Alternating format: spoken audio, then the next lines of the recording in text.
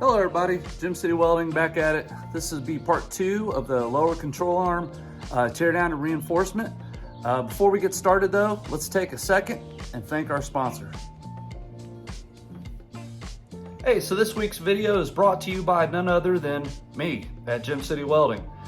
This was an opportunity for me to reach out to you, the viewer, or company or whoever you may be that watch my channel, watch my videos.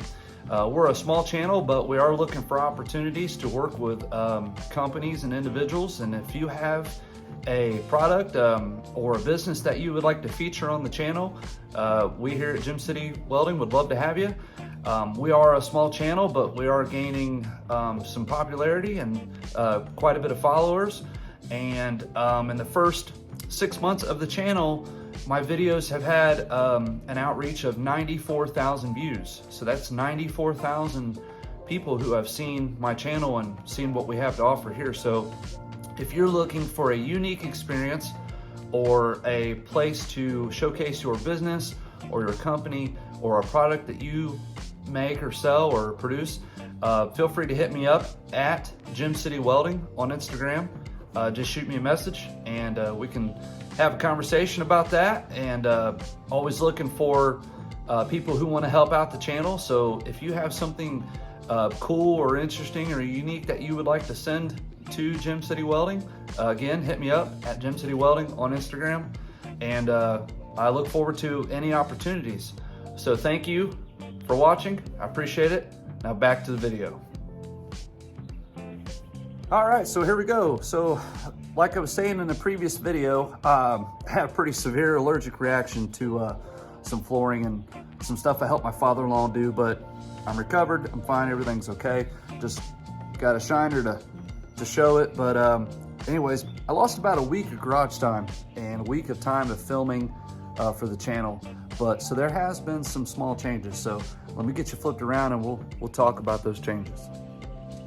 Okay, so the changes are, during the off time, I was sitting around thinking about stuff I needed to do. And one of those big things was some mock-up, because I've got some parts that were just laying around that I hadn't really test fitted together yet to make sure everything was gonna jive and work together. So we've had some changes. Ended up moving my rather large welding table out just so I can clear up all this space here. This frame is so long that it's hard to fit it in the garage and still shut the garage door. So long story short, move the table out.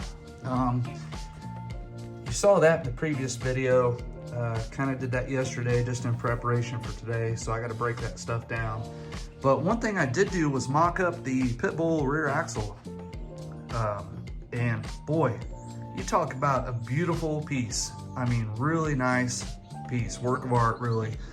Went together pretty much effortlessly. I still have to drill my holes there for the bracket that I got from Max at the shop. Thank you again, Max, appreciate that, buddy. But the wishbone went together perfect. The lowers that I fabricated went together perfect. Everything bolted up nice. I still have to weld the power balls, and that's kind of the reason for the whole mock-up is, you know, power balls aren't cheap. Those things are $100.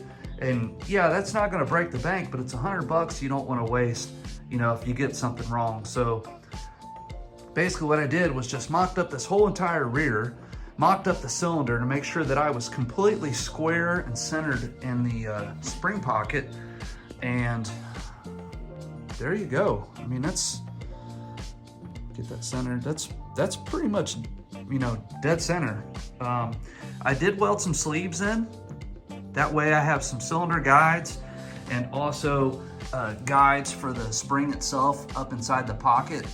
So that's all centered. Threw on some body bushings just because I wanted to test the holes that I plasma cut, and you know, these have a little bit of room for movement. Focus. Anyways, there we go. So that's that. You know, you don't want them so tight that you can't move them around. Let's see. I also started mocking up some of the control arms because I still need to drill cylinder holes for these. So I've got my good friend, Jason from Switches by Jay. He's gonna help me out with that. Got my G-body ball joint mocked up, so everything's lined up there. Of course, none of the bushings are installed yet, but this was just a way for me to check fitment of everything, to make sure everything was gonna line up appropriately like it should. Let's see, I got the passenger one on there too. So yeah, that's pretty much the changes. Oh, got some bolts for the motor mounts. Nothing cinched down, it's just kind of there for mock-up, but I needed to do this because it is getting warmer outside. I can start working with the garage door open again. So having my weld table gone kind of sucks, but at the same time, I do have a smaller table that's more of a mobile thing that I can bring in and move around, because I'm working in a pretty small space. From this wall to the car is probably, I don't know, 14, 16 feet, if that, you know, so I'm really only working in a space that's about this big, but that's okay. I can still, you know, take this stuff apart and flip the frame and do all that stuff. So yeah, so that's where I'm at. Let's see, I'm gonna work on these today. I need to get some steel because I am out of plate steel for those guys for the bottom. What I have left is basically just scrap stuff I need to get rid of. So I gotta get some more plates. And so I'm gonna take a trip this morning down to the steel yard, talk to my good buddies down there and see what they've got for me. And hopefully if I'm lucky, they'll let me do some filming down there. Very cool place, very cool company, local Dayton-based company. So let's take a little road trip and we'll go over some things on the way down there and do our speak on a topic and go ahead and get that one out of the way. So stay tuned. All right, so this video speak on a topic is a pretty important one. You have to forgive me, I'm just recording this as I drive. I'm heading down to the steel yard. But first things first is those of you that reached out and said, hey, I like to speak on topics, keep doing those. Appreciate that, thank you. I will do that. But this one's an important one to me. Not only as a welder, a fabricator, but just a lover of anything that's, you know, made by hand, and you know, the quality of craftsmanship that goes into these kinds of things, especially when it comes to a lowrider building.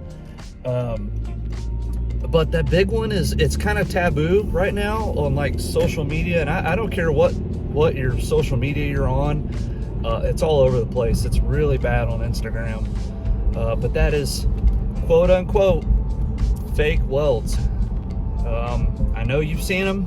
I know they're out there, and this isn't me trying to put anybody on blast, because I don't get down like that. I wanted to say something about it, mostly because I feel like it's getting to the point to where it could be dangerous, especially when it comes to the lowriding world, the car building world, especially for guys that are making altered lifted suspensions. You see a lot of these, they're almost like glamour shots of these welds on these frames and rear axles and control arms that people are building in, and some of it is just it's dangerous. If you're trying to learn how to weld, and you know you're not the best at it and not the best at like laying down a pass, that's understandable, and you know that's what they make grinders for. A grinder will make you, you know, want to be a good welder, because nobody likes to grind. That stuff sucks. But the point I'm trying to make is that I would rather see somebody make their best attempt at a weld and get something that penetrates the steel versus something that looks pretty on the outside but isn't worth anything on the inside.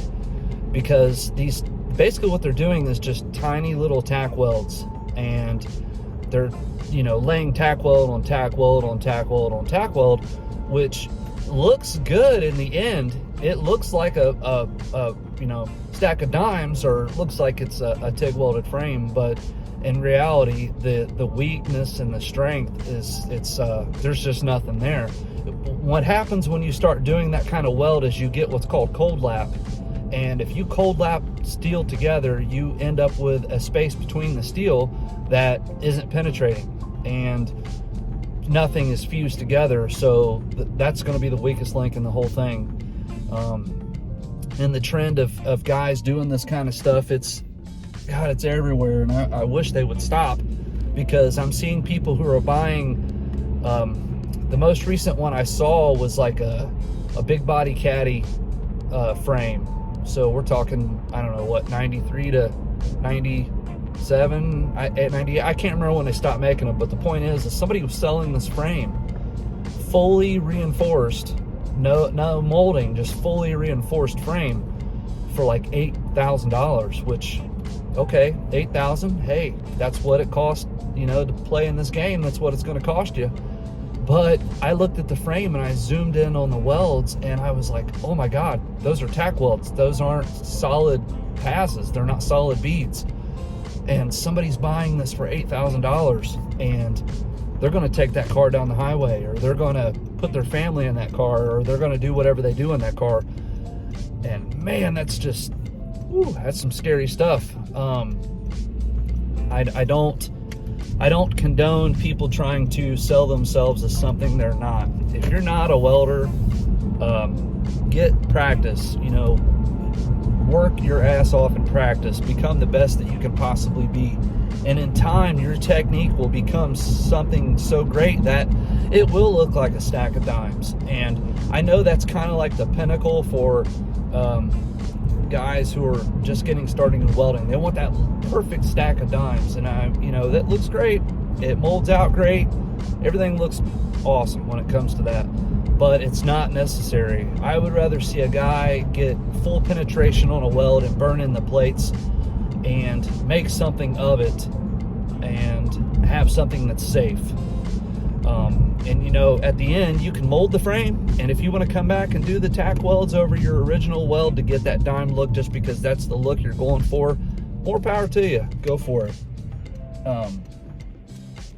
But it just it's been bothering me lately, because I see that stuff, and I don't want guys to get asphyxiated on just having that dime look on their frame and paying somebody, thousands of dollars for something that's quality-wise is subpar. Again, I'm not putting nobody on blast. If that's your mode of welding and that's what you do, my hat's off to you. Do your thing. But try to become better. Try to put those passes down, and in time that technique will come. And when it comes to the glamour shots on Instagram, guys, not everything is as it appears to be. That was part of the reason, like when I was doing my early filming for my frame, that I didn't want to, I said, I don't think I'm going to mold this frame. I don't think I'm going to grind it down. I know that, that's the look a lot of people like, is the molded, and that's great. I like the look too. It's cool. But I want to showcase my work, what I did. And it's not all perfect. It's not all stack of dimes, but I did the passes myself. And if you're not the guy that's going to do that, if you're not the guy that's going to buy the equipment, and you're just looking for someone to make you a frame, which is 100% okay, 100%, because it supports guys like me, who want to do that kind of work, make sure you're getting a quality piece. You get what you pay for. That saying is very true. And so just keep that in mind when you're out there looking around, and don't be afraid to ask your welder. If you ask your welder, hey, are you doing solid passes, or what's your technique? And if they don't give you an answer, move on. Go to somebody else. Go to where you're going to get a quality product. So that's kind of my speak on a topic. I hope I haven't, ticked anybody off with that whole deal. But if you're, like I said, if you're on social media, you've seen it. It's out there. So thanks for listening. We're on our way to the steel yard now. And I say we, it's just me and you. So hopefully I can do some filming when I get down there. So we'll see what happens. But let's get this trip out of the way. See you soon.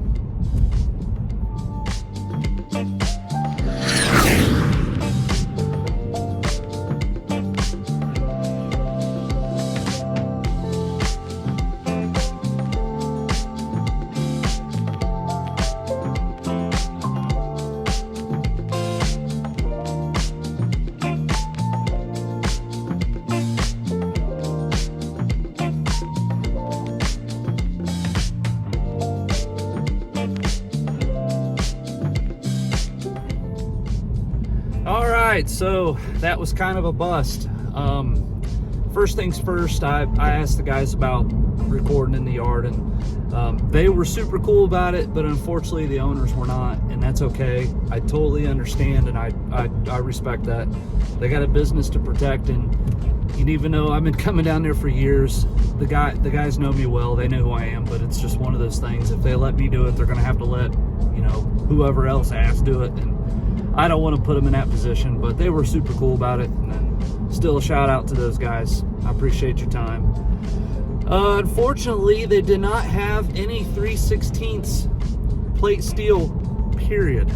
None. Talking to the guy that runs the shop down there, the steel yard, he said it's rare as hen's teeth right now, getting 3/16 plate, getting quarter plate. Tons of 1/8, but 1/8 just isn't going to cut it. Quarter would have been a little bit too heavy anyways for what I'm doing, just because it's so hard to bend that kind of stuff on my own. But that's okay. I appreciate their honesty about it, you know, and walked around the yard looking for a spring pocket material for the piping to open up the spring pockets, because I'm running 3 3/4 ton white springs, and so probably need like a 6-inch pipe, and slim pickings. So there's another steel yard here in town, Alro Steel. I'm gonna go check those guys out and see if they have any drops or anything that they could sell me to use, and hopefully I can make this happen today and try and get some work done. So hang tight, and I'll bring you back. All right, so strike 2 on the second steel yard here in town.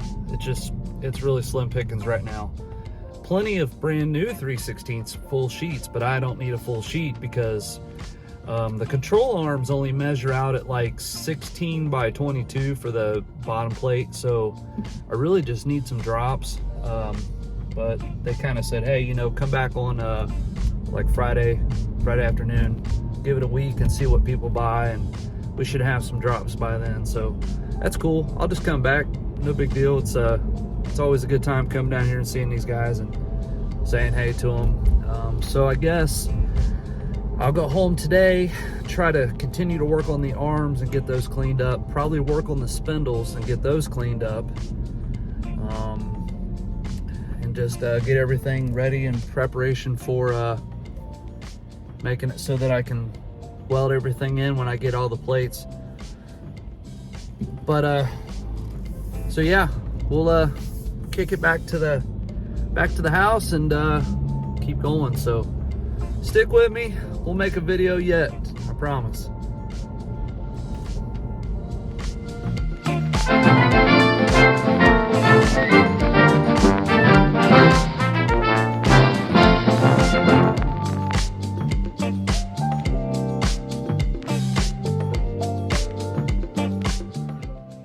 Alright, so you guys just watched me in a time lapse tear down the passenger side. This video is turning out to be more like a vlog, and I'll explain why. So you saw the time lapse, I'm tearing it apart. I get it apart and I'm like, okay, I'm gonna wire wheel this stuff and grind it and all that jazz. And I'm on the phone talking to a buddy of mine, and I said, yeah man, I'm in the middle of cleaning these things up. He says, well, why don't you bring them down and put them in a blast? Really? So I took them down to the sandblast. There they are. And yeah, got them cleaned up pretty damn good. I still got to go back and touch up some stuff, so let me flip you around and show you what I'm talking about. So here they are. Yeah, I didn't really film any of that stuff just because I was under a time crunch. Taped the hell out of the spindle portion to protect that area. But, and then of course, didn't blast the actual spring pockets because all of that gets cut out. I'm replacing all that with a deep cup for the spring to sit in. But yeah, my buddy hooked me up. This saved me hours worth of work trying to get all this done. I mean, they're about as clean as they can get. So I'm gonna come back and touch up some areas with a grinder and like a flat disc. Of course, we're not running a bump stop, that's coming off. These guys right here, these little brackets are coming off. And then the sway bar, brackets, those gotta come off. Not 100% sure that I'm going to run a sway bar, 100% sure that I'm not going to run a sway bar. I really don't know. Kind of defeats the purpose of having a sway bar with the kind of build that I'm doing, but I like the looks of it. It's pretty clean, so I don't know. At any rate, I'm going to save those brackets, and someday if I say, you know, I'd rather put a sway bar on this car, I'll have them right there to put on the front, so no big deal. But so that's what I've been up to for the last, I don't know, hour and a half. But that is light years ahead of where I would still be. I'd still be wire wheeling the crap off these things just to get to the point to where I could even clean them up, because they were, you know, they were under a car for what, 50 some years, 60 years, whatever. So yeah, 60 years. So anyways, this is where I'm at. Gonna keep moving on those. And I still had no luck on the steel. Tried to get some more pipe for the ring to make the spring pocket. Just didn't work out. So I'm gonna try that again Friday or possibly Saturday. So fingers crossed, I'll come up with something soon. But so yeah, just gonna keep trucking. So hang tight, and I'll bring you back when I get the next step done. Hey, so it's been a couple days, but I've had a pretty good run of luck here, so was able to get the metal I need. So let me show you that. So a good friend of mine turned me on to a company called the Metal Superstore, and I was able to get that and that guy right there and this guy right here for the coil springs. So that's going to be my new spring pocket material. But called up the Metal Superstore. They said, hey, we got 3/16 drops. Come down, tell us what you need.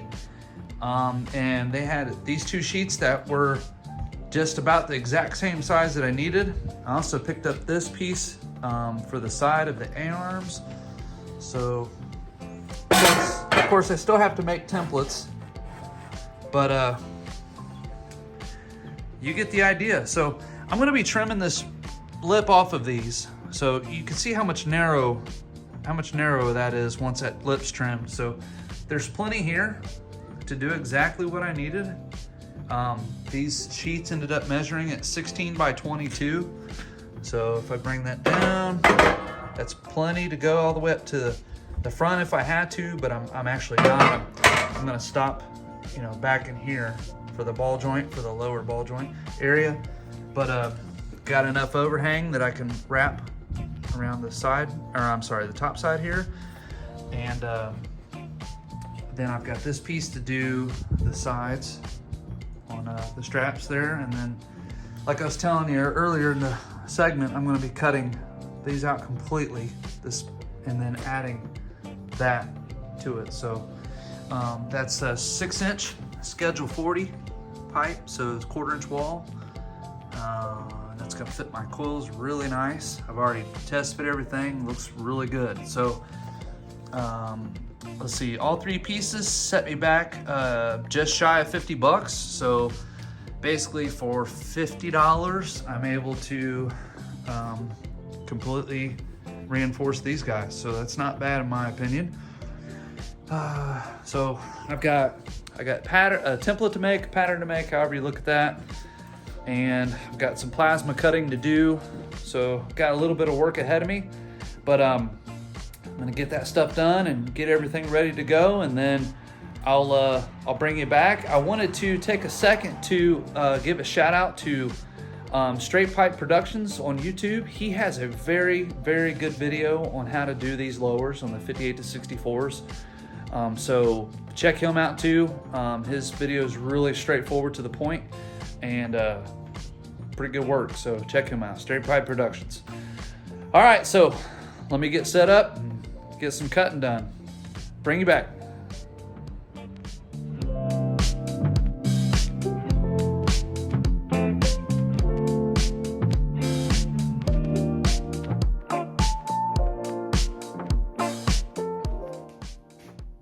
Oh, hey, welcome back. So last time lapse you just saw was me working on trying to test fit that lower ball joint and that lower control arm.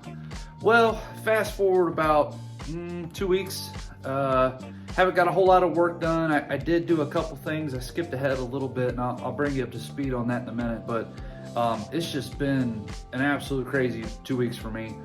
Big projects at work getting finished up, and then we've had like biblical like rain in Ohio the past couple days, and I actually got called into work the other night for some flooding, so that was pretty exciting. But so yeah, it's Sunday fun day, back out in the garage trying to get this video wrapped up, get some stuff going.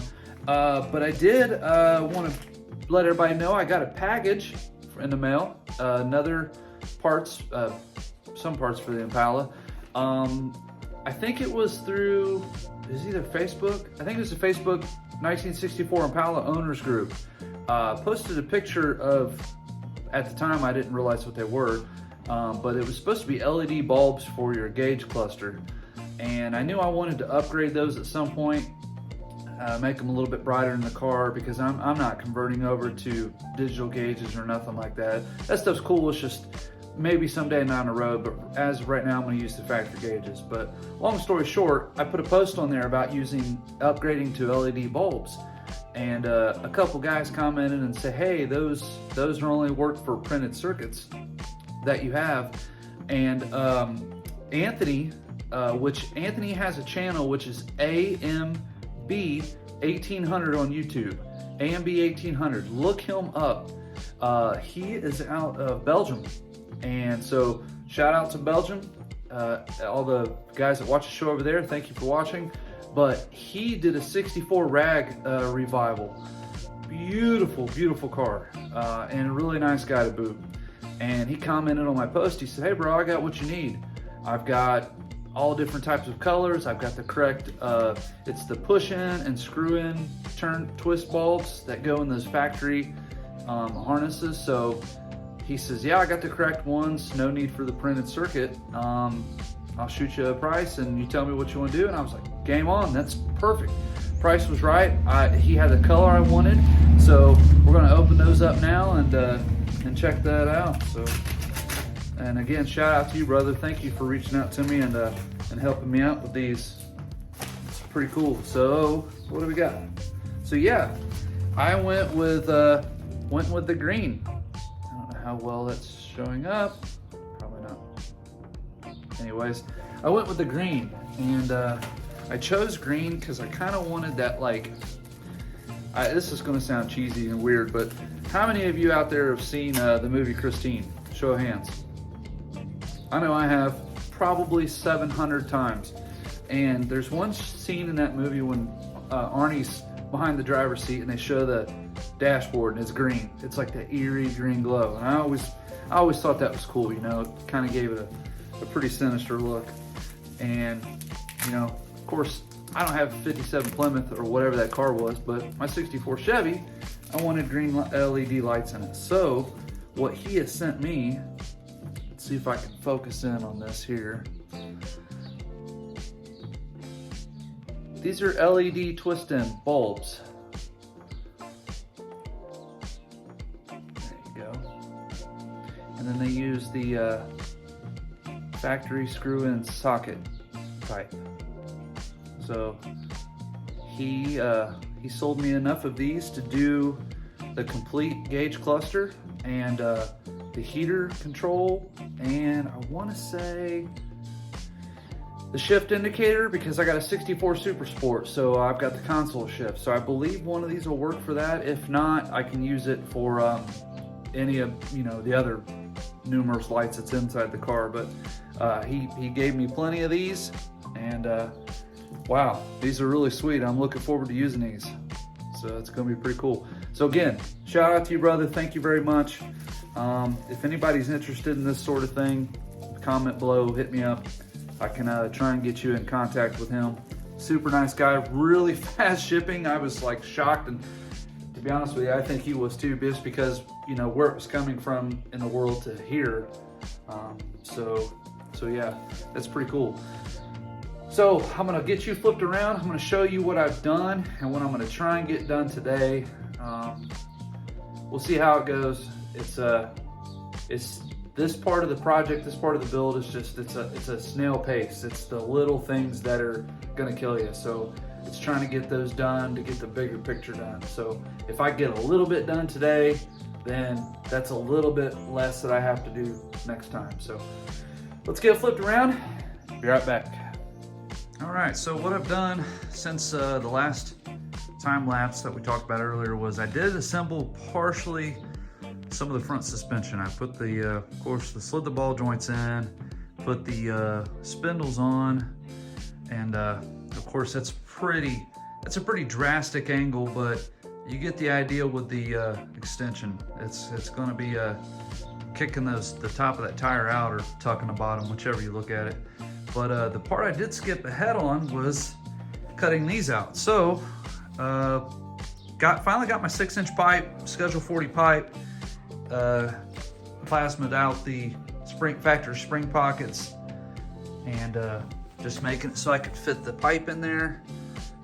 And let's see, Straight Pipe Productions, like I mentioned earlier, or maybe it was in the other video, hell, I can't remember. They got a pretty good tutorial on this portion of the project.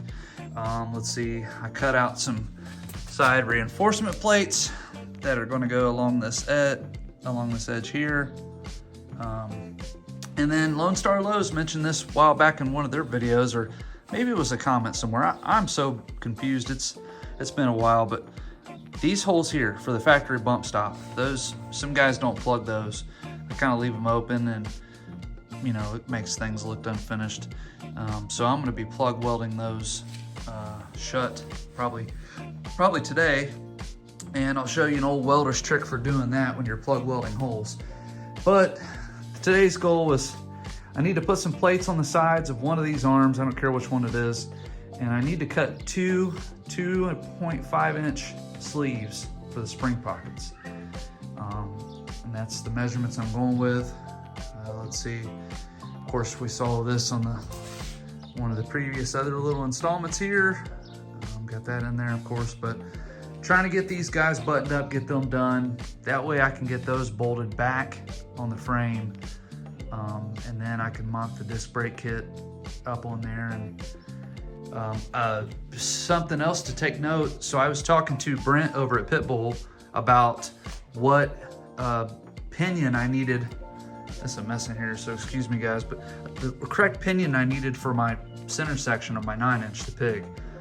And he told me the yoke size, so I came out here with a set of mics and a tape measure and everything, was just double checking, because I really wasn't sure what I had, because this pinion came off a 56 Chevy, right there that the older gentleman had. And wouldn't you know it, I actually have the correct pinion already installed on that. So that right there is literally a bolt-on part for this pumpkin. I am so thankful for that. So excited about that, because I reached out to Brent and I said, hey man, you know, what part do I need? And of course his customer service is second to none. He's a good dude. He's always, you know, getting back to me as quick as he can, and real straight shooter. So really good guy. So talking to him, and I said, hey, you know, this thing came off 56 Chevy, and he goes, hey, that's the one you need. That's the correct one anyway. So game on. I can now install all of the axles and everything and get that portion finished, get the wheels on this thing and get it back down on the ground.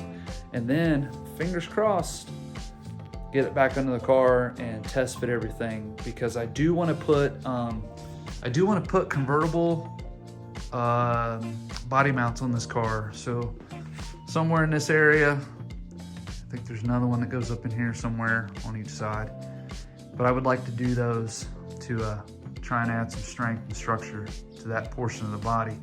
You can see it right there. So that's what I'm doing today. Couple long videos, but thank you for everybody for sticking with me and bearing with me. It's looking nice out, but I promise you, it's Ohio, it's wintertime still.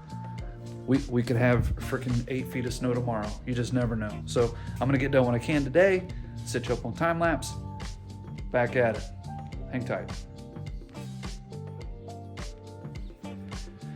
All right, so for the sake of continuation and help speed up some of the process, I skipped forward a little bit on the getting it ready to show you the next step, because let's be honest, it's going to be pretty similar to like anything I've reinforced thus far on the channel that you've seen. A lot of those principles don't change, so just keep that in mind. Even though it's a control arm or a rear axle or whatever it may be, the welding portion, the fabrication portion doesn't really change a whole lot. But there are some critical things here on the lowers that I want to show you, so I'm going to get you flipped around and we'll talk about that. Okay, so this is kind of the step that I got to that I felt like I needed to stop and do some talking. So obviously getting those side plates on, that's pretty straightforward. It's just like doing the frame, okay? Obviously you want your joints nice and tight. You want everything to fit nice and tight. But the thing I really want to talk about is that, and I went ahead and assembled the lower ball joint, at least as far as like just for mock-up. It's the lower side of this arm that I kind of want to focus on. Pull up my seat here. Okay, so the way these Impala arms work is we don't want to of course we want to reinforce this whole area, but what we don't want to do is cover where the bolts go. Okay, we need to be able to have access to those should they break, you know, and inevitably, you know, it's a man-made part, it can break at any point. So the idea is to stop the reinforcement plate about right here, somewhere in here, straight across, okay? That way you leave this whole pocket open and you get access to the bolt head, back side of the bolts for the lock washer or whatever it is that you might do. Because completely covering this area, you would have to find a way to make it so you can get access to those by, you know, welding in a bolt or a nut or something like that, or, you know, those guys who build like high-end, really high-end show cars do pretty trick stuff when it comes to hiding bolts and whatnot. But I feel like that's important to take note. So just keep that in mind, guys. The other thing is you need to get those holes in line. So when you do this outer plate, I'm pretty fortunate that I had my plasma out when I was doing this, and all I did was wrap this part of the arm. Sorry, try to focus here. All I did was wrap this part of the arm, and then I actually put my plasma torch head at the angle that it needed to be and just and blew the hole right through it. That way I knew exactly where the center of that hole was going to be, and just came behind with a drill bit and reamed out the rest of the hole, or chased the hole, however you want to look at it. But that way everything is nice and straight. I'm not good enough on my templates to be able to lay those holes out precisely and then wrap the plate around it. I'm just can't do it. I'm sure there's some guys that can. I'm just not one of them. So do you need a plasma to do that? No, you do not. You can take measurements, you can do all those things to get that hole precise for the drilling portion of it. But for me, it was just easier to just put that plasma cutting head in there and blow that hole out, and then come back in this way with a drill bit and chase it. So that's that portion. I feel like that's a pretty important step. So keep that in mind, fellas, ladies, when you're doing this kind of stuff at home. Don't have to beat your head against the wall to try to figure this stuff out. So now the next step would be, it would be for me to make the template for the bottom side and cut that piece of plate steel, shape and bend that, get it tacked into place. And then I can take my spring pocket sleeve material, which I have not cut yet. I can put that in there, get it nice and lined up where it needs to be to get that correct spring angle, and tack all that in. And so that would be the next couple steps. So I'm probably gonna skip ahead because cutting plate, everybody's seen me do that, and probably get that on there, and then I'll bring you back. So we'll see you soon. Okay, so fast forward a little bit. I got my plate cut out for the lower control arm portion, ground all the sides and made sure to leave myself plenty of room to get that lower ball joint in. But the thing I wanted to show everyone is that, and I kind of teach this when I have people over for I do a small little welding class at home in the spring and summer. Basically, when you have holes like this that you're no longer going to be using, you can actually back those holes with copper. This is part of an old bus bar from a power supply, but you can also use like copper pipe from your house. Basically, what you do is you back that hole with copper, and then you weld right over top of that piece of copper, just like that.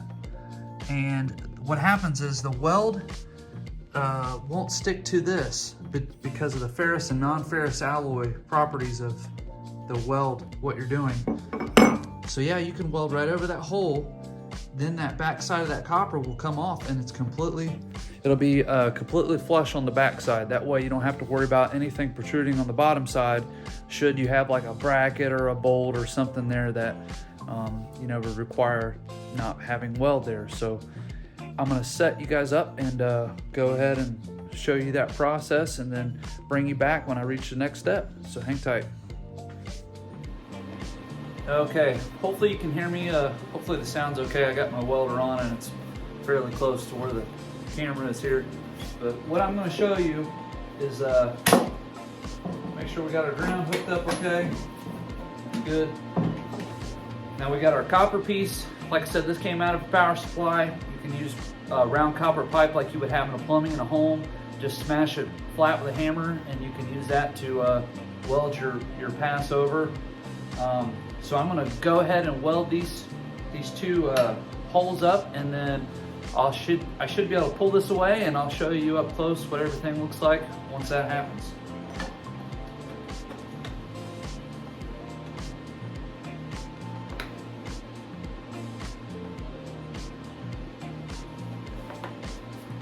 Sorry, the overhead lights are messing with my helmet here.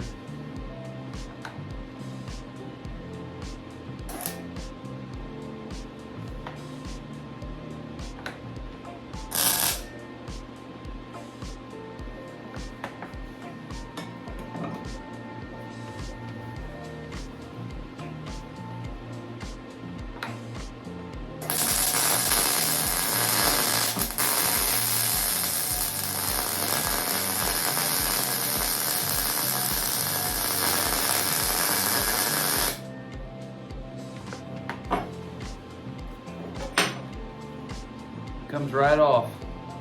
Doesn't stick to it. It's got a little bit of soot on it, but it's nothing out of the ordinary. Just brush that off.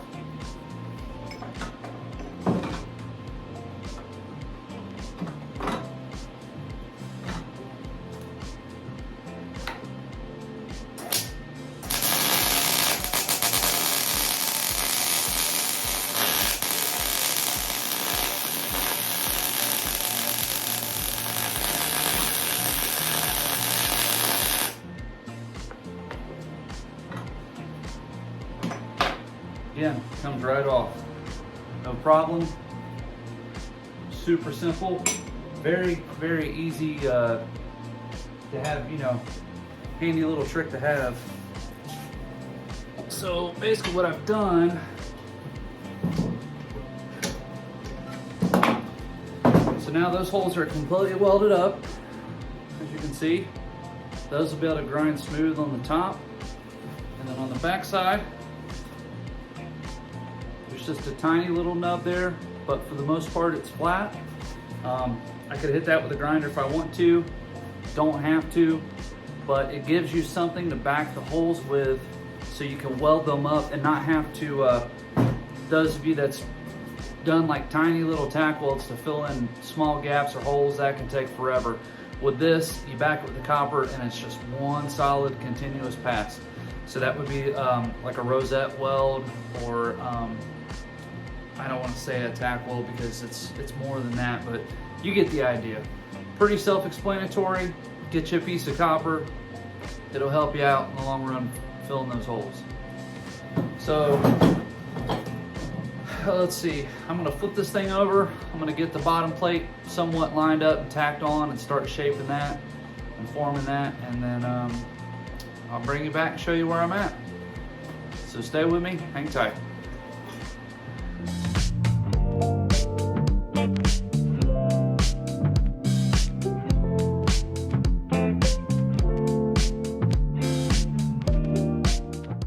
This will end part 2. Please stay tuned for part 3. Thanks for watching, liking, sharing, and always subscribing.